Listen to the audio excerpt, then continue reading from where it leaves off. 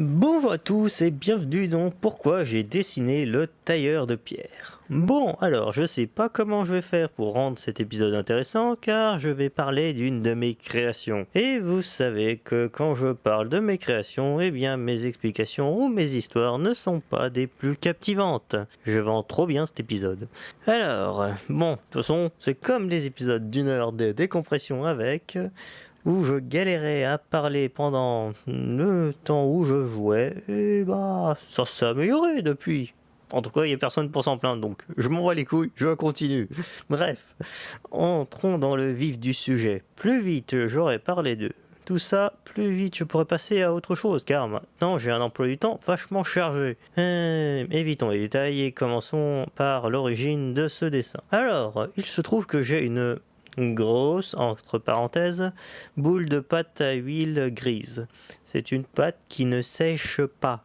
C'est cool car du coup je peux infiniment réutiliser cette pâte pour sculpter sans problème vu qu'elle ne sèche pas. Mais il faut une structure solide car si on veut créer quelque chose d'imposant, en fait j'ai déjà créé des trucs super sympas en 3D pendant mes études et ces trois trucs il a fallu une structure solide, sinon ça aurait été impossible de faire ces sculptures en pâte à huile. Il a fallu du fil de fer et plein d'autres trucs. Oh mon dieu, il y a eu du grillage, du bois, du cuivre, il y a eu beaucoup de choses pour rendre ça stable. Parce que oui, il faut que ça supporte le poids de la pâte. Bon, on s'éloigne du sujet. Alors, comme j'avais pas d'idée de quoi prendre pour faire la structure de base, j'ai décidé de monter une créature qui n'en aurait pas besoin.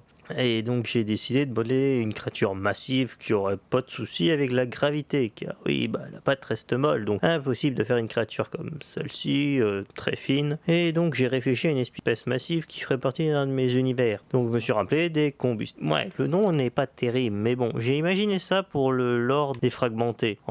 Les fragmentés, c'est un univers un peu comme Dark Souls, on va dire. Je vous en parlerai une autre fois parce que là, bon, bref. Les combustibles, c'est une race de créatures tout aussi très gros généralement qui est faite de cire molle. Donc j'avais d'ailleurs imaginé une sorcière de cette espèce et je l'avais même modélisée en 3D. Bref, cette espèce dans le lore de cet univers est l'une des premières espèces existantes et leurs activités premières étaient de tailler des briques pour construire d'immenses édifices de briques. D'où l'idée de faire une sculpture d'un tailleur de pierre. Briques des briques, dos, mur, un mur de briques. Ouais, il y a beaucoup de fois le mot brique. Il n'empêche que, vu que j'ai pas une grosse quantité de pâte à huile, il a fallu détruire cette sculpture pour pouvoir en faire d'autres. Mais histoire d'immortaliser cela, je l'ai pris en photo. Et j'ai décidé de la décliner en un dessin, que je voudrais m'entraîner à dessiner des trucs réalistes et au moins j'ai pas à me forcer à imaginer un éclairage.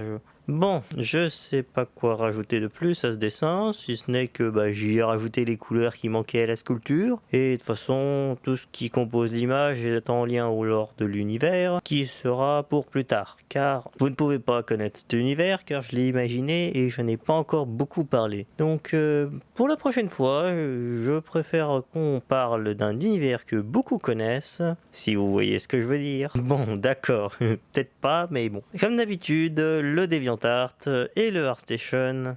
Allez, à une prochaine, bye!